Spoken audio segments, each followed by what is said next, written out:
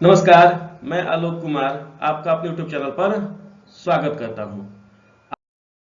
आज हम लोग इस वीडियो में अपने मैथ के 4th चैप्टर क्वाड्रेटिक इक्वेशन के बारे में पढ़ने वाले हैं। ये वीडियो हमारा इंट्रोडक्शन वीडियो होने वाला है। इस इंट्रोडक्शन वीडियो के बाद जो वीडियो आएंगे वो इस चैप्टर के एक्सरसाइज के वीडियोज होंगे, तो आप लोग उसे जरूर देखिए। ये जो 3 चैप्टर है, रियल नंबर, पोलिनोमियल और लीनियर इक्वेशन इन 2 वेरिएबल, इन तीनों चैप्टर्स के कंप्लीट वीडियो को मैंने अपलोड कर दिया है। उसे आप लोग जाकर के जरूर देखिए। अगर आपको वो वीडियो नहीं मिल रहा है तो आप इस वीडियो के डिस्क्रिप्शन में जाइएगा, तो वहां इन सारे वीडियो के आपको लिंक मिल जाएंगे, जहां से आप उन वीडियो को डायरेक्ट एक्सेस कर सकते हैं। तो चलिए अपने वीडियो को स्टार्ट करते हैं। हमारा जो चैप्टर है वो है क्वाड्रेटिक इक्वेशन। अगर आपको याद हो तो सेकेंड चैप्टर पोलिनोमियल में हमने इससे एक मिलता जुलता टॉपिक पढ़ा था, और वो था हमारे पास क्वाड्रेटिक पोलिनोमियल। क्या था? Quadratic polynomial. अगर हम लोग क्वाड्रेटिक पोलिनोमियल को जीरो से इक्वेट कर दें, किससे इक्वेट कर दें? जीरो से इक्वेट कर दें, तो जो ये एक्सप्रेशन मिलेगा, इस एक्सप्रेशन को हम बोलते हैं क्वाड्रेटिक इक्वेशन।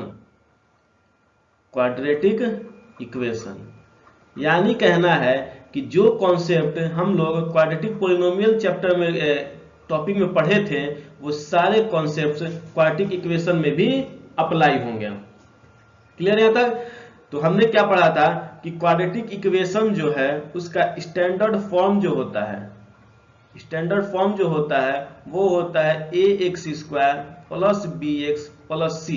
ठीक है, तो ये है मेरा क्या? Quadratic polynomial. इस क्वाड्रेटिक पोलिनोमियल को हम जीरो से इक्वेट कर दे, तो अब जो ये एक्सप्रेशन मिला हम उसको बोलेंगे क्वाड्रेटिक इक्वेशन। क्लियर आता है? इस क्वाड्रेटिक इक्वेशन को सबसे पहले सॉल्व करने का श्रेय जाता है ब्रह्मगुप्त को। किसको? ब्रह्मगुप्त को, जिनका लाइफ साइकिल था 598 से 665 एडी, और दूसरे इसके मैथमेटिशियन थे श्रीधाचार्य। उन्होंने 125 एडी में इस क्वाड्रेटिक इक्वेशन को सॉल्व करने का फॉर्मूला दिया था। ये जो फॉर्मूला दिया था ब्रह्मगुप्त ने, वो दिया था ax square plus bx equal to c, इस फॉर्मेट के क्वाड्रेटिक इक्वेशन के लिए। और श्रीधाचार्य ने जो फॉर्मूला दिया था, उस फॉर्मूले का नाम था completing the square method. Completing the square method, जो कि आपके टॉपिक से एलिमिनेटेड है, यानी इसको पढ़ना नहीं है, बस मैंने जानकारी के लिए बता दिया कि कंप्लीटिंग द स्क्वायर मेथड जो है वो आपको दिया था श्रीधाचार्य ने, और इन्होंने ही एक क्वाड्रेटिक इक्वेशन जो हमें पढ़ना है उसका फॉर्मूला भी दिया था। क्लियर है तक? तो क्वाड्रेटिक इक्वेशन होता क्या है? क्वाड्रेटिक पोलिनोमियल में हमने पढ़ लिया था कि वैसा पोलिनोमियल जिसका पावर 2 हो, जिसका मैक्सिमम पावर 2 हो। तो सेम कॉन्सेप्ट अप्लाई होता है क्वाड्रेटिक इक्वेशंस के लिए, यानी ऐसा इक्वेशन जिसका मैक्सिमम पावर 2 हो, उस इक्वेशन को हम बोलते हैं क्वाड्रेटिक इक्वेशन। अगर एग्जांपल की बात की जाए तो एग्जांपल आप देखिए यहाँ पे x square equal to 0, 5x square plus 6 equal to 0, 5x square plus 6x equal to 0, 5x square plus 5x plus 9 equal to 0, 5x square plus 5x minus 9 equal to 0, 5x square minus 5x plus 9 equal to 0, 5x square minus 5x minus 9 equal to 0, minus 5x square minus 5x plus 9 equal to 0। यानी कि आप देख सकते हैं कि मैंने एक ही example लिया है, लेकिन उनके प्लस माइनस के पोजीशन को बदल कर हम बहुत सारे क्वाड्रेटिक इक्वेशन को लिख सकते हैं। क्लियर तक? तो अब अगर इन क्वाड्रेटिक इक्वेशन को सॉल्व करेंगे हम, तो इन क्वाड्रेटिक इक्वेशन को सॉल्व करने का फिर अलग अलग मेथड हो जाएगा, क्योंकि इनके प्लस और माइनस का जो पोजीशन है वो सारा अलग अलग है, तो हमें इतने सारे मेथड को याद करना पड़ेगा। तो इन सारे मेथड को याद करने से बचने के लिए हम एक स्टैंडर्ड फॉर्मेट इसका पढ़ लेते हैं। ठीक है, क्या पढ़ते हैं हम इसका? स्टैंडर्ड फॉर्म पढ़ लेते हैं कि इस फॉर्म के पे हम सारे क्वाड्रेटिक इक्वेशन को लिखेंगे और उनके फॉर्मूला के द्वारा इन सारे क्वाड्रेटिक इक्वेशन को सॉल्व कर लेंगे और एक ही क्वाड्रेटिक इक्वेशन में ये सारा मेरा क्वाड्रेटिक इक्वेशन जो है वो सॉल्व हो जाएगा। तो ये फॉर्मेट क्या होता है स्टैंडर्ड फॉर्म का? वो होता है ax² plus bx plus c equal to 0, जहां आपका a जो है वो 0 के इक्वल टू नहीं होना चाहिए। इस a के अलावे बाकी जो आपके हैं b और c ये 0 हो सकते हैं, जैसा मैंने पहले एग्जांपल में दिया है। देखिए x² इक्वल टू 0, यहाँ पे जो आपका a है वो 0 नहीं है, बाकी b और c 0 है। यहाँ देखिए 5x² प्लस 6, यहाँ पे जो x का जो कोफिशिएंट है b ये आपका 0 है, तो ये भी क्वाड्रेटिक इक्वेशन है। यहाँ देखिए 5x² प्लस 6x, यहाँ कांस्टेंट टर्म जो c था वो 0 है, ये भी आपका क्वाड्रेटिक इक्वेशन है। और बाकी ये नीचे वाले जो भी हैं वो आपके ax² plus bx plus c के फॉर्मेट पे हैं, तो इसलिए तो कोई दिक्कत है ही नहीं। तो यानी कहने का मतलब है कि अगर ये आपके पास इक्वेशन है तो a को छोड़ करके बाकी सारे जो टर्म्स हैं वो आपके 0 हो सकते हैं, उसमें कोई प्रॉब्लम नहीं होगा। क्लियर है यहाँ तक? और बाकी रहा ये पावर निकालने का, तो हमने पावर निकालना जो था वो क्वाड्रेटिक पॉलिनोमियल में सीख चुका था, तो इस पावर निकालने कॉन्सेप्ट को मैं इसमें नहीं बताऊंगा। क्लियर यहाँ तक? आप जाकर के क्वाड्रेटिक पॉलिनोमियल वाला वीडियो देखिए, उसमें पावर निकालना जो आपको बेसिक से सिखाया गया है। चलिए आगे बढ़ते हैं। नेक्स्ट आपका एक क्वेश्चन पूछा जाता है विच इज क्वाड्रेटिक इक्वेशन। ठीक है, इक्वेशन दिया रहेगा और उसमें आपको बोलेगा इसमें से कौन सा क्वाड्रेटिक इक्वेशन है। तो सेम कॉन्सेप्ट, अगर जो हम पढ़े थे सेकंड चैप्टर में क्वाड्रेटिक पॉलिनोमियल, अगर कोई पॉलिनोमियल क्वाड्रेटिक नहीं है तो क्वाड्रेटिक इक्वेशन में नहीं होगा, क्योंकि क्वाड्रेटिक पॉलिनोमियल को ही हम 0 से इक्वेट करते तो क्वाड्रेटिक इक्वेशन मिलता है। क्या मिलता है? अगर हम क्वाड्रेटिक पॉलिनोमियल को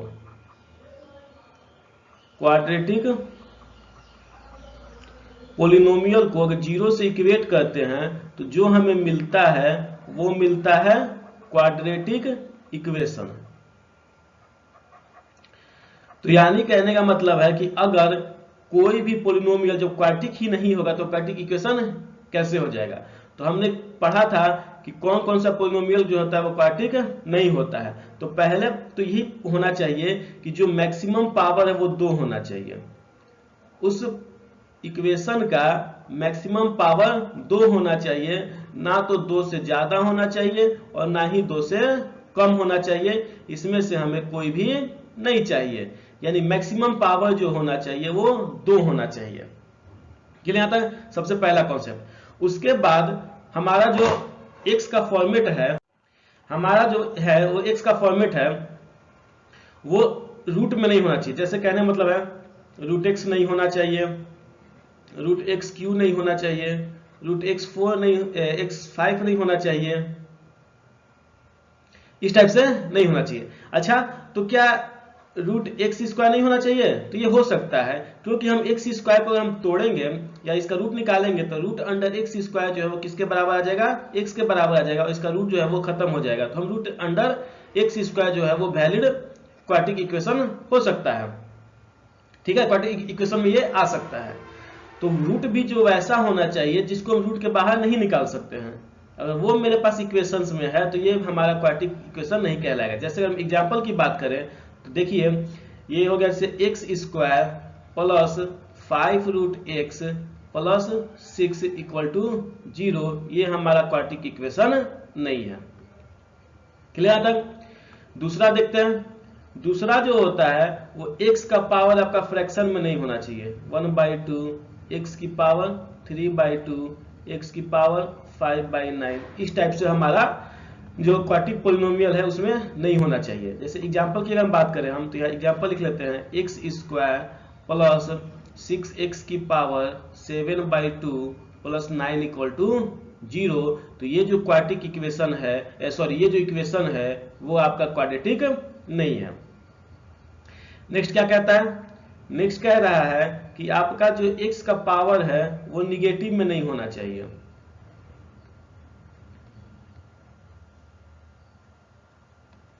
क्लियर है?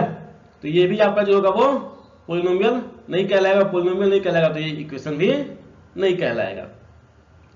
उसके बाद नेक्स्ट है x का पावर आपका निगेटिव के साथ फ्रैक्शन नहीं होना चाहिए। तो एकदम पहले ही पढ़ चुके हैं, ये दोनों का कॉम्बिनेशन हो गया जो हम पढ़े थे सेकंड पॉइंट में और थर्ड पॉइंट में कि फ्रैक्शन में नहीं होना चाहिए और निगेटिव नहीं होना चाहिए, तो ये हमारा जो है वो पॉलिनोमियल नहीं कहलाएगा। तो ये आपका जो है वो एक टाइप का क्वेश्चन पूछा जाता है। तो आप बस अगर आपके पास कोई भी इक्वेशन दिया हुआ है तो उस इक्वेशन में चेक कर लीजिएगा कि इस फॉर्मेट में कोई है कि नहीं है, कोई भी वेरिएबल जो आपका है वो इस फॉर्मेट में है कि नहीं है। अगर इस फॉर्मेट में है तो वो आपके क्वाड्रेटिक इक्वेशन नहीं कहलाएंगे। क्लियर है यहाँ तक? अब चलिए हम देखते हैं method of solution of quadratic equation. Quadratic equation को सॉल्व करने के कौन कौन से मेथड हैं उन्हें देखते हैं। तो पहला मेथड जो आपका है वो है फैक्टराइजेशन मेथड, दूसरा मेथड है कंप्लीटिंग द स्क्वायर मेथड और तीसरा मेथड है क्वाड्रेटिक मेथड। अभी हमने पीछे पढ़ा था कि कंप्लीटिंग द स्क्वायर मेथड है, इसे किसने दिया था? श्रीधाचार्य ने दिया था, श्रीधाचार्य ने था। और क्वाड्रेटिक मेथड किससे दिया था? ये भी दिया था श्रीधाचार्य ने। तो हमें जो इस टॉपिक में इस वीडियो में पढ़ना है वो फैक्टराइजेशन मेथड पढ़ना है और क्वाड्रेटिक मेथड पढ़ना है। ये कंप्लीटिंग द स्क्वायर मेथड जो है वो आपके सिलेबस से एलिमिनेट कर दिया गया है, डिलीट कर दिया गया है। तो इस मेथड को हम लोग नहीं पढ़ने वाले हैं। तो चलिए एक एक करके अपने इस मेथड को समझते हैं, फैक्टराइजेशन मेथड को और क्वाड्रेटिक मेथड को। तो हमारा पहला मेथड है वो है फैक्टराइजेशन मेथड, और नाम से ही क्लियर है फैक्टराइजेशन मतलब कि फैक्टर करना है। तो चलिए इसको अपने एग्जांपल के माध्यम से समझते हैं। एग्जांपल लेते हैं एक एक्स स्क्वायर प्लस 5x प्लस 6 इक्वल टू 0। किसका फैक्टर करना है इसमें? तो जो ये लास्ट वाला टर्म है 6, इसको ऐसा दो फैक्टर करना है कि वो ऐड करने पे मिडिल टर्म आ जाए यानी कि 5 आ जाए, और मल्टीप्लाई करने पे 6 आ जाए। 6 को ऐसा ब्रेक करना है दो पार्ट में कि ऐड करने पे 5 आए और मल्टीप्लाई करने पे 6 आए। तो इसको ले लेते हैं, जैसे मान लीजिए 6 है तो इसका एक तो फैक्टर हो जाएगा 1 इंटू 6 होता है, और एक होता है 3 इंटू 2 6 होता है ना। अब देखिए हमने क्या बोला था, ऐड करने में 5 आना चाहिए। 1 और 6 को ऐड करेंगे तो कितना आ जाएगा 7, तो ये हमें नहीं लेना है। और 3 इंटू 2 को ऐड करेंगे तो ये आ जाएगा हमारे पास 5। तो यानी हम एक फैक्टर निकाल सकते हैं, कौन सा? 3 इंटू 2, जिसको मल्टीप्लाई करने पे 6 आ जाएगा, और 3 प्लस 2 करेंगे तो वो हमारा 5 आ जाएगा। क्लियर यहाँ तक? तो इसको लिखेंगे कैसे वो देखिए, एक्स स्क्वायर 5 की जगह हम लिख सकते हैं 3 plus 2 into x plus 6 equal to 0। X square, अब अगर 3 में x से मल्टीप्लाई करेंगे तो ये आएगा 3x, और प्लस 2 में x से मल्टीप्लाई करेंगे तो ये आएगा 2x प्लस 6 इक्वल टू 0। अब x स्क्वायर और 3x में से अगर हम x को कॉमन निकाल ले तो x स्क्वायर में बचेगा x और 3x से बचेगा 3।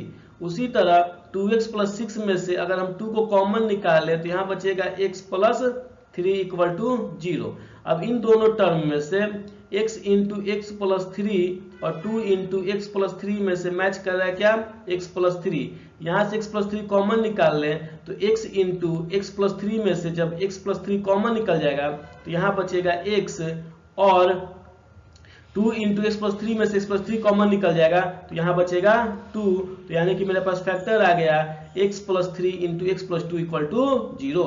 तो हम इस टाइप से हम फैक्टराइजेशन मेथड से इन सारे क्वेश्चंस को सॉल्व करते हैं। तो ये मैंने एक एग्जांपल लिया था, इससे और भी एग्जांपल होंगे जो कि आपको इससे एक्सरसाइज वाले वीडियो में मिल जाएंगे। जब हम एक्सरसाइज सॉल्व करेंगे तो इसका हर एक वेराइटी का क्वेश्चन आपको इसमें दिया हुआ है, आप उसको सॉल्व करना सीख जाएंगे। मैंने ये बेसिक लिया है ताकि आपको फैक्टराइजेशन मेथड क्या होता है ये पता चल सके। इसके बाद देखिए, इसके बाद क्या करते हैं हम कि ये जो फैक्टर मिला है x प्लस 3 और x प्लस 2 इक्वल टू 0, इसको हम अलग अलग जीरो से इक्वेट करते हैं। ठीक है, क्योंकि ये दोनों फैक्टर का मल्टीप्लिकेशन कितना आना चाहिए? 0 आना चाहिए RHS में। तो एक बार हम x प्लस 3 को 0 मान लेते हैं, एक बार x प्लस 2 को 0 मान लेते हैं, हम x का वैल्यू निकाल लेते हैं। कैसे? तो when x plus 3 equal to 0 और 3 को उस साइड भेज दे तो x इक्वल टू आ गया -3। नेक्स्ट आपके पास है when x plus 2 equal to 0 और 2 को उधर भेज दे तो ये आ गया x इक्वल टू -2। मेरे पास x के दो वैल्यू आ गए -3 और -2। ये जो -3 और -2 आए हैं इन दोनों को हम बोलते हैं रूट। ये पोलिनोमियल चैप्टर में भी हमने सीखा था, इन दोनों को हम क्या बोलते हैं, रूट। अच्छा, रूट की खासियत क्या है? तो रूट की खासियत ये है कि ये जो दो है मेरे पास -3 और -2, इन दोनों नंबर्स को अगर हम वापस से इस क्वाड्रेटिक इक्वेशन में पुट करें तो हमारा जो बराबर में 0 है वो आ जाएगा। यानी कहने का -3 अगर हम इसमें x² प्लस 5x प्लस 6 में x की जगह -3 पुट करें और सॉल्व करें तो इसको सॉल्व करने पे 0 मिलेगा। उसी प्रकार -2 को हम x² प्लस 5x प्लस 6 में x की जगह रखें तो ये भी सॉल्व करने पे हमें 0 मिलेगा। तो जब 0 मिलेगा तो इसका हम नाम बोलते हैं क्या, रूट। तो हमने पीछे पढ़ा है कि क्वाड्रेटिक इक्वेशन है तो इसके दो रूट आने चाहिए। तो देखिए यहाँ पे दो रूट आया है -3 और -2। क्या पढ़ा था हमने कि अगर किसी भी इक्वेशन का जितना पावर होता है उतना ही हमारे नंबर ऑफ रूट्स होते हैं। तो क्वाड्रेटिक इक्वेशन का पावर जो होता है वो 2 होता है, तो नंबर ऑफ रूट कितने आते हैं, 2 आते हैं। और ये हमारे पास ये वेरीफाई भी हो गया -3 और -2 आ करके कि क्वाड्रेटिक इक्वेशन के 2 रूट होते हैं। क्लियर है तक? नेक्स्ट है आपका क्वाड्रेटिक मेथड। क्वाड्रेटिक मेथड कैसे सॉल्व होता है वो देखते हैं। तो हमारा जो स्टैंडर्ड फॉर्म था वो था हमारे पास ax² plus bx plus c equal to 0। ठीक है, तो जैसे कोई भी इक्वेशन जैसे 5x² minus 6x minus 9 equal to 0, तो हम ऐसे कंपेयर कर सकते हैं। कंपेयर कैसे करेंगे? तो ये a जो है वो a का वैल्यू आपका आ जाएगा 5 और b जो है b का वैल्यू आ जाएगा -6 और c है c का वैल्यू आ जाएगा -9। यहाँ से हम क्या क्या निकाल लेंगे, a equal to 5, b equal to -6 और c इक्वल टू -9। इस टाइप से हम इसको क्या कर लेंगे, कंपेयर करके वैल्यू निकाल लेंगे। और वैल्यू निकालने के बाद हम निकालेंगे d, जिसका फॉर्मूला होता है b² - 4ac। यहाँ पे जो b है उस टाइप से यहाँ पे लिख, जैसे -6 का whole square minus 4 into a की जगह 5 इंटू c की जगह -9। इसको आप सॉल्व कर लेंगे इस टाइप से। क्लियर है तक? जैसे ये आ जाएगा बस कितना 36 प्लस 5 के 20, 20 नवा 180, 1806 1 और 2, 216 आपका क्या आ गया, d आ गया। क्लियर है पर? इस d को हम लोग बोलते हैं डिस्क्रिमिनांट। d क्या बोलते हैं, डिस्क्रिमिनांट। जब d निकाल लिए तो हम यहाँ से x निकाल सकते हैं और x का फॉर्मूला होता है -b plus minus root under d by 2a। क्या होता है, -b plus minus root under d by 2a। अगर फॉर्मूला रखेंगे हम तो देखिए -b का वैल्यू कितना आया था -6 और plus minus root under d का वैल्यू आया था 216 बाई 2 इंटू a की जगह पे 5, तो ये आ गया 6 प्लस माइनस, अगर इसका रूट सॉल्व करेंगे तो ये आएगा 6√6 बाई 10। यानी हमारे पास जो x का वैल्यू आ गया वो आ गया 6 प्लस माइनस 6√6 बाई 10। अच्छा, आप यहाँ देखेंगे तो -b plus minus root under d by 2a है। तो एक बार हम प्लस को लेकर सॉल्व करें, एक बार माइनस को लेकर सॉल्व करें तो इसके दो वैल्यू आएंगे। कौन कौन से? इसके दो वैल्यू कौन कौन से, -b plus root under d by 2a और एक वैल्यू आएगा -b minus root under d by 2a। तो ये -b plus root under d by 2a है, तो ये हमारे क्या हो गए, दो रूट हो गए, एक -b plus root under d by 2a और एक -b minus root d by 2a। तो ये जो -b plus root d by 2a है, इसको एक रूट को हम मान लेते हैं अल्फा और दूसरे वाले रूट को मान लेते हैं बीटा। तो यहाँ भी देखिए आपके क्वाड्रेटिक इक्वेशन के दो रूट आ गए, अल्फा और बीटा। अल्फा का वैल्यू आ गया -b plus root under d by 2a और बीटा का वैल्यू आ गया -b minus root under d by 2a। जरूरी नहीं है कि हम ये प्लस वाले को ही अल्फा और माइनस वाले को बीटा मान लें, हम माइनस वाले को अल्फा और इस प्लस वाले को बीटा मान सकते हैं। यानी अल्फा का जो फॉर्मूला है हम ये भी बोल सकते हैं कि -b minus root under d by 2a और बीटा का फॉर्मूला बोल सकते हैं -b plus root under D by 2a, इसमें कोई दिक्कत नहीं है। क्लियर है। लेकिन आपको यह पता होना चाहिए कि हम एक को अल्फा और दूसरे को बीटा मानेंगे, ये आपके ऊपर है कि किसको अल्फा और किसको बीटा मानिए। इस मेथड के साथ साथ मैंने एग्जांपल के थ्रू भी आपको समझाने का कोशिश किया है। जैसे हमारे पास यहाँ पे आ गया था क्या 6 plus minus 6 root 6 by root by 10, तो इसमें से प्लस वाले क्या मान लिए अल्फा मान लिए। तो यहाँ पे देखिए यहाँ अल्फा की जगह आ जाएगा 6 प्लस 6 रूट 6 बाई 10 और बीटा की जगह आ जाएगा 6 माइनस 6 रूट 6 बाई 10। तो हमने एक एग्जाम्पल के माध्यम से इसको समझाने का कोशिश भी किया है और बाकी आपके जो एक्सरसाइज है उसमें इसको डिटेल में सॉल्व करना सीखेंगे हम लोग। क्लियर आता है। अब हमारा टॉपिक है nature of the root. Nature of the root कहने का मतलब है कि जो रूट निकाल रहे हैं हम उसका नेचर कैसा है। यहां समझिए, हमने जो पीछे स्लाइड देखा था उसमें हमने जो एग्जांपल लिया था, जैसे कोई भी एग्जांपल ले लेते हैं 5x square plus 5x minus 9 equal to 0। अगर आप इस क्वाड्रेटिक को सॉल्व कीजिएगा तो आप इसके रूट्स को फाइंड कर सकते हैं, कोई दिक्कत नहीं है। लेकिन अगर आप इसको सॉल्व कीजिए X square plus X plus 6 equal to 0, तो आप इसका रूट फाइंड नहीं कर सकते हैं, क्योंकि इस क्वाड्रेटिक इक्वेशन का सॉल्यूशन ही नहीं होगा। तो हमने जो पीछे स्लाइड में एग्जांपल लिया था वो वैसा ही एग्जांपल था जिसका रूट निकाला जा सकता है। लेकिन ये भी तो क्वाड्रेटिक इक्वेशन है, क्या इसका रूट होगा? नहीं होगा। तो ये कैसे पता चलेगा कि इसका रूट होगा कि नहीं होगा? तो हम बताएंगे इसके नेचर ऑफ रूट के टॉपिक को पढ़ के। जैसे हमारा स्टैंडर्ड इक्वेशन था वो क्या था, a x square plus b x plus c equal to 0। यहां से हम निकालते थे डिस्क्रिमिनांट, डी निकालते थे बी स्क्वायर माइनस 4ac, इसको बोलते हैं डिस्क्रिमिनांट। इसका फॉर्मूला होता है बी स्क्वायर माइनस 4ac। इसी डिस्क्रिमिनांट को देख करके हम पता लगा पाएंगे कि क्या इस इक्वेशन का या किसी भी इक्वेशन का सॉल्यूशन होता है कि नहीं होता है। और ये जो निकालते हैं हम डी, इसी को बोलते हैं नेचर ऑफ द रूट। अगर सॉल्यूशन है कि नहीं है, कैसा सॉल्यूशन है, वो उसके रूट का नेचर है। तो डी से कैसे पता लगाएंगे? तो चलिए देखते हैं। पहला जो होता है वो डी इज ग्रेटर देन 0।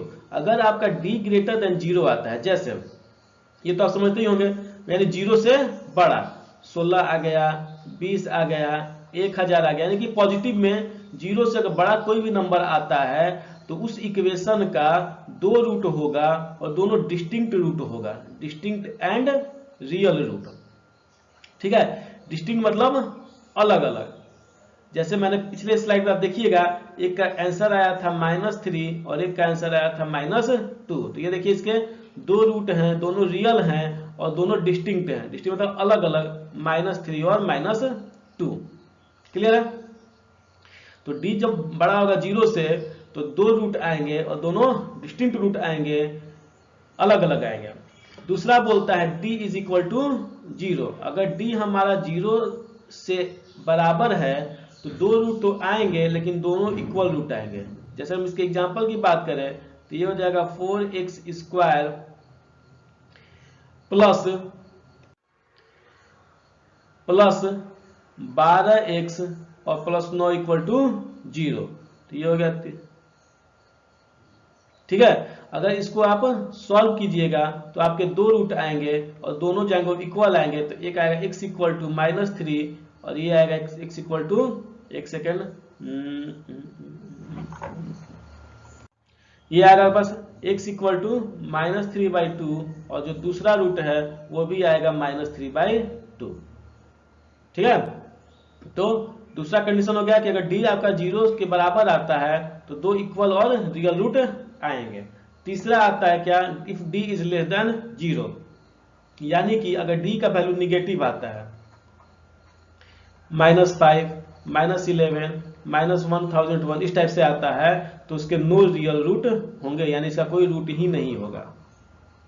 अभी तक के हिसाब से इसका कोई रियल रूट नहीं होगा। यानी हमें इन दोनों जो पहला और सेकेंड जो रूट है, जो सेकेंड जो है आपका, इन दोनों पे अगर आता है तो हमको इसका रूट फाइंड करना पड़ेगा। अगर ये थर्ड कंडीशन आता है तो हमें इसका रूट फाइंड नहीं करना पड़ेगा। यानी अगर डी हमारा ग्रेटर देन 0 और डी इक्वल टू 0 आता है तो हम इन दोनों का रूट फाइंड कर सकते हैं, और डी हमारा लेस देन 0 आता है तो इसका हम रूट फाइंड नहीं कर सकते हैं। क्लियर था? अब रूट कैसे फाइंड करना है उसका मेथड हमने पीछे सीख चुका है। पहला फैक्टराइजेशन मेथड और दूसरा क्वाड्रेटिक मेथड। इन दोनों मेथड में से जिससे चाहे आप उससे निकाल सकते, कोई दिक्कत नहीं है। तो ये आज का हमारा जो वीडियो था क्वाड्रेटिक इक्वेशन के इंट्रोडक्शन का वो समाप्त हुआ। तो ये वीडियो आपको कैसा लगा कमेंट सेक्शन में जरूर बताइए। ये वीडियो आपको पसंद आया है तो इसे लाइक, सब्सक्राइब और शेयर जरूर करें। तो मिलते हैं आपसे अगली वीडियो में, तब तक के लिए धन्यवाद। Bye bye, take care.